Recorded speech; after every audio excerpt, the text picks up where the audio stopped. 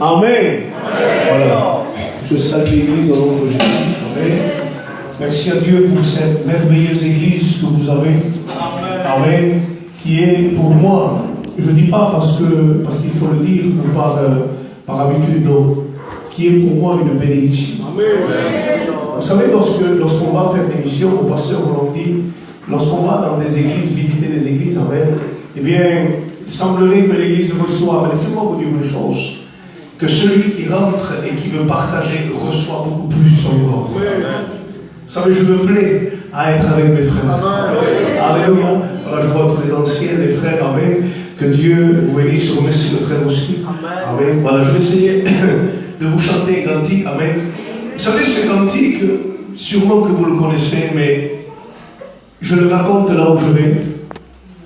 Lorsque il y a tout juste un an de cela, j'ai passé, vous savez, je devais partir sur Paris pour faire une mission.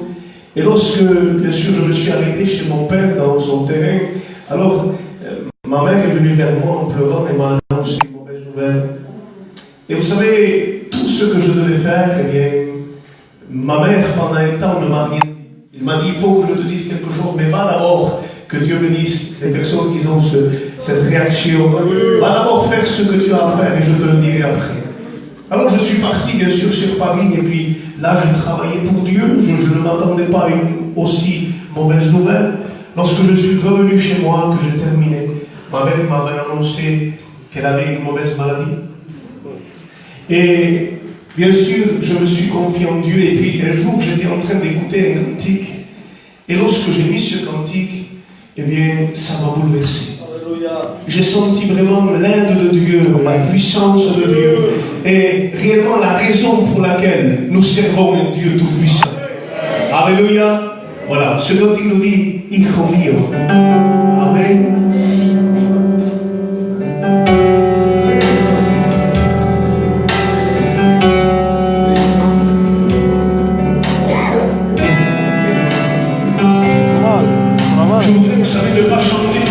Alléluia.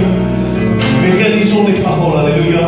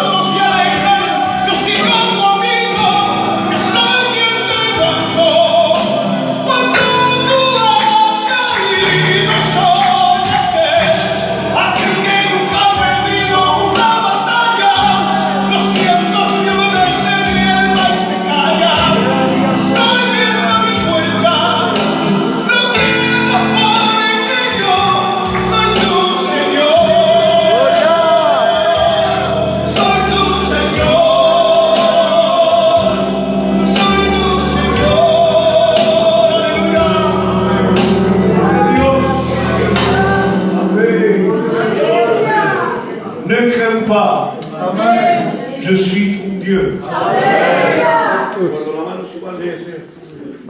Ne crains pas, je suis ton Dieu. Est-ce qu'on le croit ce soir? Amen. Vous savez, ce qui est important, ce n'est pas d'apporter un message. Ce qui est important, c'est d'être le canal que Dieu veut qu'on soit. Amen. Souvent de fois, je le dis, vous savez, donc lorsqu'on lit le livre de Jérémie, Jérémie, ce prophète qui est tout jeune d'abord, et vous savez, lorsque Dieu l'appelle,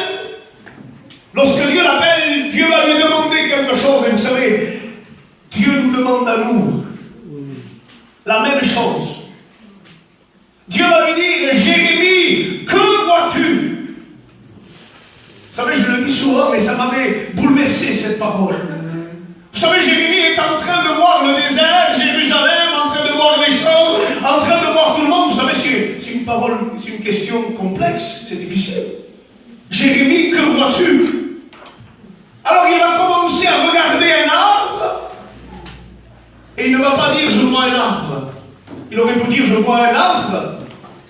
Il va commencer à regarder plus précisément, et il va voir une branche d'arbre. Et il va dire, Seigneur, ce que je vois, c'est une branche d'amandier. Seigneur, il aurait pu dire quoi? Vous savez, si on me dit ce soir, si je dis au frère, que vois-tu ce soir? Eh bien, je vois un pasteur qui prêche, des ancêtres, je vois beaucoup de choses, une église, beaucoup de gens.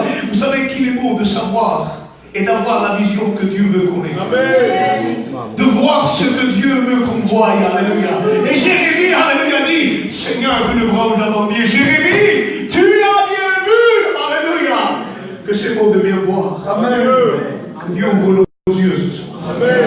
Que Dieu ouvre nos yeux. Amen. Vous savez, la Bible dit, Seigneur, ouvre nos yeux pour que nous voyions ta gloire. Vous savez, il y a des pasteurs, des moments où des chrétiens ou des personnes disent à Dieu, Seigneur, descends ta gloire, descends la bénédiction, et Dieu te dit, excuse-moi, c'est tes yeux qui ont besoin de s'ouvrir. Tu as besoin que tes yeux s'ouvrent parce que la bénédiction de Dieu est toujours là. Amen. Dieu est toujours prêt pour la bénédiction. Dieu est toujours prêt à relever, à bénir. Alléluia. On a besoin que Dieu nous ouvre les yeux. Amen. Combien le veulent? Amen. Alors, par respect aux anciens, on va se lever de notre place. Et je vais demander à David avec una Dios. Nous voulons te célébrer une fois de plus, parce que nous avons besoin de ton intervention. Nous avons besoin que le Saint-Esprit ce soir descende pour nous faire comprendre ce que nous devons, Seigneur, voir. Je te prie de conduire ton serviteur, de l'animer puissamment par la puissance et de votre Saint. Seigneur, donne ce soir le mot de Dieu, donne la pensée du ciel, parce que ce soir, nous avons qu'un mot à dire. Parle, Seigneur, nous sommes là pour t'écouter. Seigneur, donne-nous à comprendre, donne-nous un cœur réceptif à ta parole, au nom de Jésus. Amen. Amen. Amen. Amen. Alors, vous savez, ce soir, pendant un instant, ce n'est plus l'église de Paul. Amen. Paul, c'est mon église. Amen. Amen. Les temps à l'église. Je suis. Amen. On est là ce soir. On glorifie Dieu. C'est l'église appartient à Jésus-Christ. Amen. Vous savez, ce soir, je suis dans la liberté. Gloire à Dieu. Amen. Vous savez, la parole de Dieu, j'aimerais lire avec vous quelque chose dans le livre de Samuel, pour ceux qui ont la Bible, le livre de Samuel 21. Le livre de Samuel 21 et verset 15, c'est la pensée que Dieu a mis dans mon cœur. 2 Samuel 21, 15. Il nous dit ceci, 2 Samuel 21, verset 15. Les Philistins firent encore la guerre à Israël. David descendit avec ses serviteurs et ils combattirent les Philistins. David était fatigué. Et j'explique maintenant de l'un des enfants de Rapha eut la pensée de tuer David. Il avait une lance du poids de 300 cycles d'airain. Il était ceint d'une épée neuve.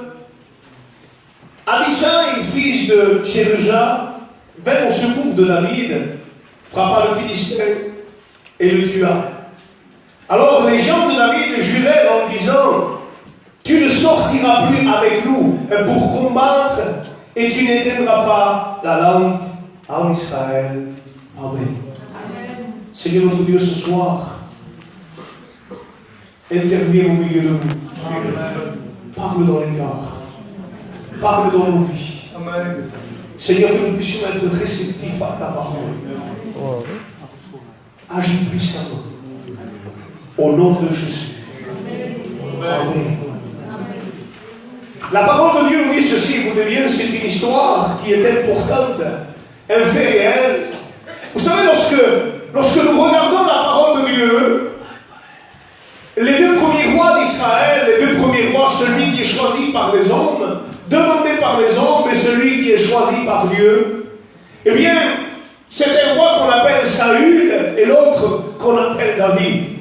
Vous savez, je vais faire, avant de rentrer dans l'histoire, quelque chose qui est court, que vos pasteurs vous ont prêché. Vous savez, lorsqu'on regarde ce Saül qui est là, toute son histoire, du début jusqu'à la fin, eh bien, toute son histoire, du début jusqu'au commencement de son ministère, est une appel. Dieu est en train de dire à David, à Saül, lorsqu'il va commencer à perdre les âmes de son père, déjà à ce moment précis, c'était déjà l'appel de Dieu. Vous allez dire, comment est-ce possible qu'en perdant des âmes, c'était déjà l'appel de Dieu? Vous savez, Dieu était en train de dire à Saül bien plus tard, Saül, Israël, excusez-moi de l'expression, ce sont des personnes difficiles et des personnes qui sont dures à écouter comme des ânes, mais tu devras aller les chercher. Lorsqu'il, bien sûr, il commence à aller les chercher et qu'il ne les trouve pas, il y a un ami qui est là et qui le conseille et qui lui dit, tu sais, ici, il y a quelqu'un qui peut te conseiller. Le deuxième appel de Saül est celui-ci, tu sais, Saül, dans ton ministère, tu auras besoin de frères qui vont t'aider.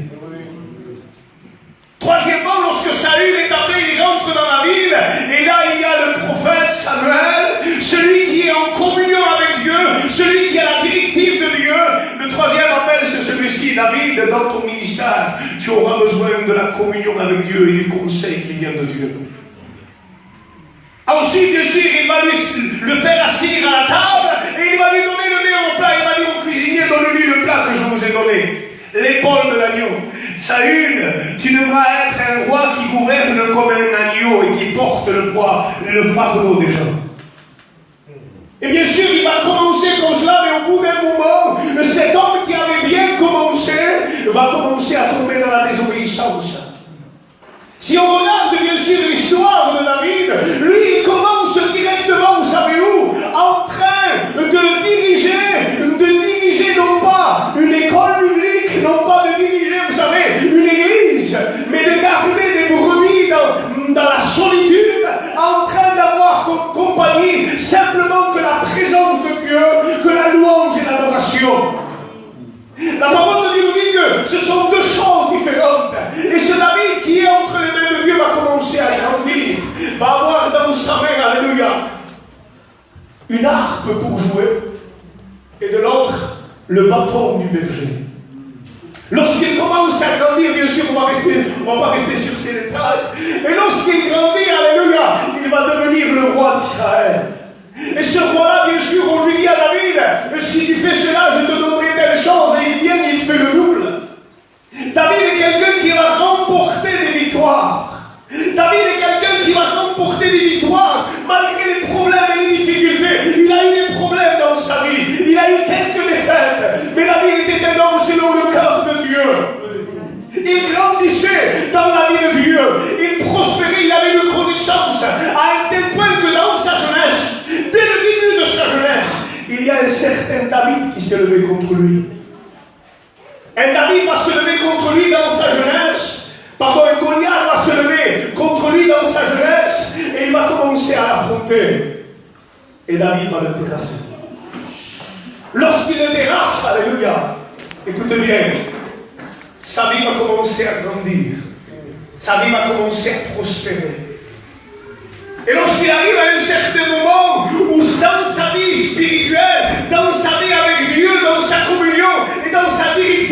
peuple d'Israël, eh bien, on arrive à voir maintenant un David qui est arrivé sur un trône, qui est assis. Tout va bien. Il a passé par des problèmes, il a passé par des difficultés. Il a remporté des victoires, il a détruit des géants. Il a détruit ce géant qui est Goliath. Il a remporté des batailles. Il a tué des Philistins. Il a eu des victoires dans sa vie. Mais bien que le temps passe, le temps va passer. Et ce David qui est jeune, avec plein de vitalité. Excusez-moi pour ceux qui sont anciens, que Dieu nous les bénisse à chaque fois, je le dis. Il a commencé à avoir les mains un peu ridées. Il a commencé à vieillir corporellement. A commencé à voir, ce n'est plus ce David qui a cette force, ce n'est plus ce David qui a cette vigilance, cet homme qui est toujours, vous savez, sur les qui non, c'est un homme qui est assis. Et il commence à regarder autour de lui, il voit qu'il y a la paix, il voit qu'il y a la tranquillité à Jérusalem. En Israël, tout va bien. Laissez-moi vous dire une chose avant de rentrer dans le message. Lorsqu'on commence à grandir dans notre vie chrétienne, il y a des personnes, vous savez, je me sens libre ce soir. Beaucoup de personnes ont commencé avec la vie de Dieu extraordinairement. Ils ont commencé dans leur vie spirituelle, ils ont commencé à grandir, ils ont remporté des victoires, et il y a un moment où pendant que tout était bien, est-ce que vous connaissez ce mot? Pendant que tout était bien, qu'il y avait ce trône comme David. On a passé des problèmes, on a passé des difficultés, mais il y a quelque chose qui va arriver. D'un seul coup, on entend frapper à la porte. Un messager est là. Et vous savez, dans beaucoup de personnes, dans beaucoup de foyers, il y a un messager qui est venu frapper à la porte. Quelqu'un qui est venu frapper, et lorsqu'il a frappé, vous savez ce qui s'est passé? Un messager est rentré. David est assis sur le trône et il va dire: qu'est-ce qu'il y a en Israël? Tout va bien, tout est tranquille. David, j'aimerais te dire quelque chose. Qu'est-ce qui se passe? Tu es assis sur ton trône, on dirait que tu es dans le repos, que tout va bien. Laisse-moi te dire une chose, à l'extérieur, il y a quelque chose qui est en train de se préparer. Quelque chose qui est en train de se préparer contre toi, contre Jérusalem. Je sais que tu es quelqu'un de Dieu, c'est moi qui le dis, je sais que tu n'as plus de force, David. Je sais que tu es sur ton trône, que tu as les mains ridées, que tu n'as plus la même force, que tu n'as plus la même mentalité, que tu n'as plus la même manière d'agir. David, tu es assis sur ton trône, mais laisse-moi te dire une chose, pendant que tu es assis sur ton trône, à l'extérieur, il y a une guerre qui est en train de se préparer. La Bible dit que ce messager va rentrer, va aller vers David. David, la Bible nous dit qu'il était fatigué. David était quelqu'un qui n'avait plus de courage, qui n'avait plus de force. Pardon, pas de courage, mais qui n'avait plus de force. La Bible dit que ce soldat va commencer à lui dire: David, les Philistins veulent encore faire la guerre à Israël. Les Philistins qui sont à l'extérieur veulent encore te faire la guerre. Quelqu'un a frappé à ta porte et il est venu spécialement pour te faire la guerre. Tu te souviens, David? Et tu peux mettre ton nom ce soir. Tu te souviens, David, lorsque tu étais jeune et que ce Goliath s'est présenté devant toi, tu l'as terrassé. Tu étais un jeune rempli de force, et tu l'as terrassé. Mais laisse-moi te dire une chose, David. Aujourd'hui, David, tu n'as plus la même force. Tu es quelqu'un d'âgé, tu es quelqu'un qui a les mains ridées. Tu n'as plus la force de tenir une épée. Et maintenant, ce n'est plus un Goliath qui vient, non. Ce sont les fils de Rapha. Ce sont plusieurs géants. Plusieurs géants qui sont venus dans ta maison, qui sont venus frapper à ta porte. Et ils sont en train de t'attendre pour te faire la guerre. C'est moi vous dire une chose, c'est lorsque tout va bien. C'est lorsque tout semble bien dans notre vie chrétienne. Ce soir, tu as besoin d'être fortifié. Amen. Tu es en train de passer par un problème que Dieu seul sait par où tu passes. Tu es en train de passer par une difficulté ce soir. Je me sens libre, sinon, vous savez, je le dirai. Tu as besoin, alléluia, que Dieu te parle. Tu as besoin d'être fortifié. Il y a des personnes qui sont assises sur le trône et que jusqu'à présent, ils n'ont pas eu ces mauvaises nouvelles. Mais il y a un messager qui t'a apporté une mauvaise nouvelle, qui est en train de te dire: dehors, il y a des géants qui vont te détruire. Le problème par lequel tu passes est en train de te détruire. Le problème par lequel tu passes est en train de te dire: c'est fini pour toi. Quand tu étais jeune, j'étais tout seul. seul qui a pu me dégager. Aujourd'hui, tu n'as plus de force. Tu as manqué de force. Tu n'as plus la même vigilance. Aujourd'hui, par précaution, Satan a fait bien plus. Il n'est pas venu avec un seul problème, mais avec plusieurs Goliaths. Plusieurs frères qui sont en train d'attendre à l'extérieur. La Bible nous dit qu'il s'est passé quelque chose. Est-ce que vous voulez savoir ce qui s'est passé? Combien de personnes veulent savoir ce qui s'est passé? La Bible dit qu'il s'est passé quelque chose d'extraordinaire, qui ce soir pour nous est une leçon. Même en tant que serviteur de Dieu, pour nous cela est une leçon. David est assis sur son trône, et lorsque les soldats de David, alléluia, les vaillants hommes de David entendent que les Philistins veulent se battre, ils commencent à venir devant, prêts à écouter la voix de David, en train d'écouter l'ordre de David. David, sûrement qu'il va rester sur son trône. C'est fini, c'est quelqu'un qui est âgé, il va rester sur son trône, il va nous laisser combattre. Laissez-moi vous dire une chose, le combat ce n'est pas les autres qui doivent le combattre, c'est toi-même. Le combat ce n'est pas les autres. Vous savez, mon père est pasteur, mon frère est pasteur, un tel prie pour moi, et Dieu te dit, et toi, qu'est-ce que tu fais? Qu'est-ce que tu es en train de faire? Quel est ta vie spirituelle? De quelle manière tu cherches Dieu? La Bible dit que David était sur son trône, les soldats étaient là. Les soldats étaient en train d'attendre, mais David il est fatigué, c'est pas possible. Il est âgé déjà. Il ne peut plus porter l'armure comme avant, il ne peut plus porter les armes comme avant. C'est impossible. Et voilà ce que le diable est en train de dire. Tu ne pourras plus porter les armes comme avant. Tu ne pourras plus porter l'armure comme avant. Tu ne seras plus celui qui va se lever et combattre. Est-ce qu'on veut voir ce que David a fait? Amen. Peu de personnes veulent voir ce que David a fait. Gloria a Dios. Mes frères serviteurs, est-ce qu'on veut voir ce que Amen. David est assis sur son trône. Alors on va prendre le message à l'envers, excusez-moi. Si David aurait vu la circonstance du moment, la difficulté du moment, comment? Je n'ai plus Goliath, un Goliath qui est venu, non. C'est toute sa famille, c'est Jésus Bénant qui veut dire, mon siège est à l'ordre. Ça veut dire, c'est moi qui règne.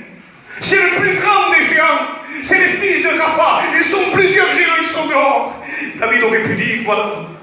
Moi qui le dis, hein, si on aurait calculé spirituellement, humainement, voilà, maintenant je suis vieux, je n'arrive plus à combattre, imaginez-vous, qu'est-ce que je vais tenir devant 5 géants ou 4 géants qui sont dehors? Comment je vais faire? C'est fini, je n'ai plus la même force, je vais demander aux frères de prier pour moi. Vous savez ce que Dieu va dire à Job lorsqu'il est dans le problème et la difficulté? Seigneur, s'il te plaît, qu'ils offrent des sacrifices pour mon âme. Et bien Dieu va dire, non, Job, non, offre-toi des sacrifices pour leur âme. C'est vrai. Alléluia. Parce qu'un chrétien, même s'il est faible, il est toujours fort en Jésus. Amen. Lorsque réellement tout semble s'écrouler, lorsque réellement le ciel nous tombe sur la tête, laisse-moi te dire une chose, même si la mer tremble, si les montagnes tremblent, ta vie est entre les mains de Dieu. Rien ne peut le sortir de sa main, alléluia. La Bible dit, qui me ravira de sa main? Qui? Ni le diable, ni ses démons. Vous savez que le diable nous demande l'autorisation, même aux païens, de nous éloigner de Dieu. Vous savez comment ça? Oui. Le diable demande l'autorisation aux personnes pour les éloigner de Dieu. Regardez s'il est bas, s'il est rien, que Dieu l'a laissé sans rien, qu'il est en train de... Sinon, il prendrait les personnes et leur dirait, toi, c'est fini, tu restes là, tu ne bouges plus, mais il n'a pas le droit. Vous savez ce qu'il fait? Viens, toi. Viens. Ça veut dire que lui ne peut pas l'amener. C'est lui qui demande l'autorisation. Si tu t'éloignes de Dieu, tu verras. Alors la personne, c'est elle-même qui s'éloigne de Dieu, tellement qu'il est bas. Mais si réellement la personne déciderait, dit, bon, je veux rester là, je vais adorer Dieu, le diable se recule, ne peut rien faire. Ça, c'est l'autorité de Dieu. La parole de Dieu nous dit que David est sur son trône. Est-ce qu'on veut voir ce que David, comment il a réagi? David commence à réagir différemment. Les soldats sont prêts à les combattre. David donne des ordres. David ne donne aucun ordre. Vous savez quel est l'ordre que David donne? Et je voudrais que Satan l'entende maintenant. Sur ta vie, sur ton foyer, sur ta maison. David va commencer, lui, à ne pas rester assis sur son trône. Il va se lever. Gloria a Dios. Alléluia. David va se lever, c'est pas possible. Il est en Dieu, il est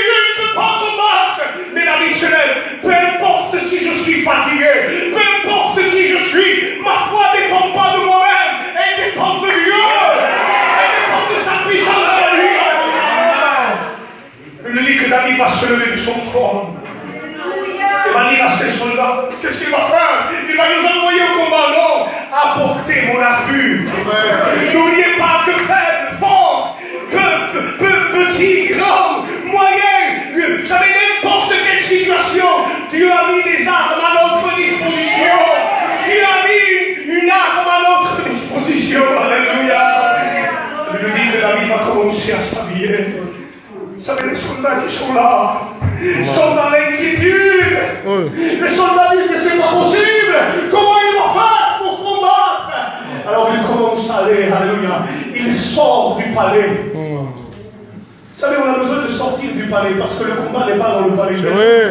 Qui reste dans le palais. Je suis enfant de Dieu. J'ai l'armure, oui, mais pas de chair. Tu es dans le palais. Sors à l'extérieur. Sors à l'extérieur. Là où il y a des problèmes et des difficultés. Montre ton identité. Alléluia. Gloria a Dios. La Bible dit que David va commencer à sortir. Il ouvre la porte. Ses soldats sont derrière lui.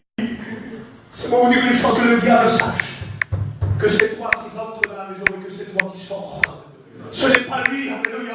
C'est pour vous dire une chose, lorsque réellement, souvent de fois, on voit cette image, et mon oncle le prêche souvent, lorsqu'on voit cette image de Jésus devant, vous savez, devant ces personnes qui est flagellé, vous savez, il porte la croix, devant lui, il y a un soldat, derrière lui, il y a un soldat, les soldats sont en train de le porter.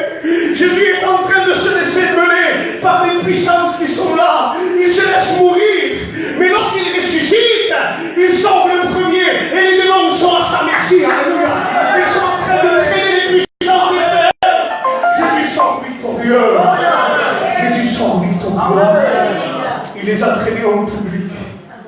Il a détruit les puissances des ténèbres. Écoutez bien ce qui va se passer.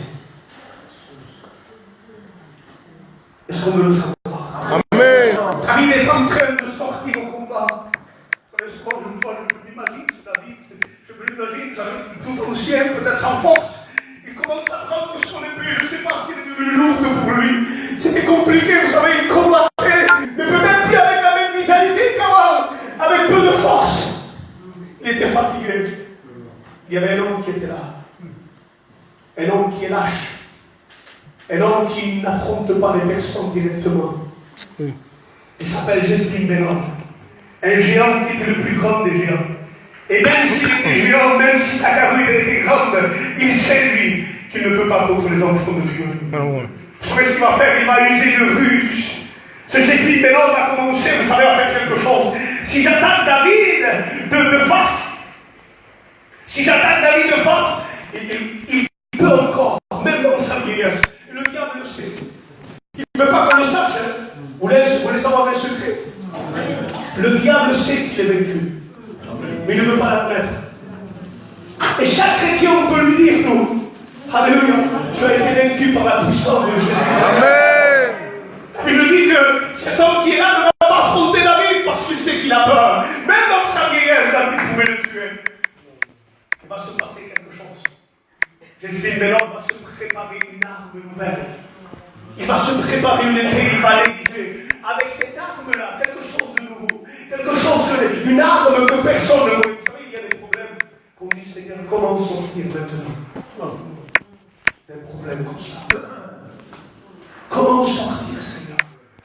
Il m'est arrivé plein de choses. Je me suis disputé, il y a eu telle chose, il y a eu telle chose, il y a eu tel problème. Mais ce problème-là, c'est un problème différent. Le diable a tellement bien limé cette arme. Il a tellement bien préparé que je ne sais pas comment il a fait. C'était une arme spéciale pour David. Vous savez, le diable a tellement analysé les personnes qu'il a essayé de préparer des armes, des choses, selon ce qu'on a dit, selon l'entourage, selon ce que tu es en train de vivre. Et il va commencer à passer par derrière. Vous savez, il va commencer à passer par derrière. Et lorsqu'il passe par derrière, vous savez, David il est de dos, lui il est en train de combattre. Lui il ne voit pas le danger. Vous savez, nous on ne voit pas le danger. Le danger est autour de nous, mais on ne le voit pas. Et pendant que David est en train de combattre, derrière lui il y a le géant qui est là. Il y a l'arme dans sa main. Tout est prêt pour éliminer David. Laisse-moi te dire une chose, tout est prêt pour t'éliminer ce soir. Tout est prêt pour te détruire, tout.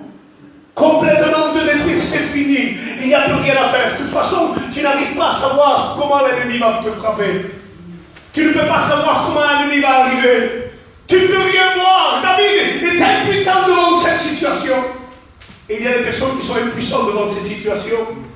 Et pendant que Jespin Benoît commence à s'approcher de David, au moment où il va frapper, au moment où il va tuer David, la Bible dit quelque chose va intervenir dans l'histoire. Quelque chose va intervenir, vous le savez. La Bible dit qu'il y a un homme qu'on appelle Abichai. Un jeune homme qu'on appelle Abichai. Lui, alléluia, lui il avait une mission. Vous savez, tous les autres soldats avaient une mission, c'est de tuer l'adversaire. Mais Abichai, c'était de défendre David. Laisse-moi te dire une chose. Pendant que tu es dans le combat, il y a un Abichai de la croix du calvaire qui a une mission, lui. Si l'ennemi est en train d'être détruit et qu'il essaye de nous tromper, lui, il veille sur toi. Lui, il veille sur toi. Lui, il veille sur toi. Et lorsque, vous savez, cet homme a commencé à frapper David, Abichai dit, celui-là, non. Celui-là, tu ne le touches pas. Il est vieux, mais il est dans le combat. Il n'a plus de force, mais il est dans le combat. Il n'a plus de force. Regarde ses armes. Il brille un peu, mais ils sont cabossés par les coups d'épée qu'il a reçus. Mais il est toujours dans le combat. Peu importe, vous savez, dans quel état, dans quelle situation il a été, il est toujours dans le combat.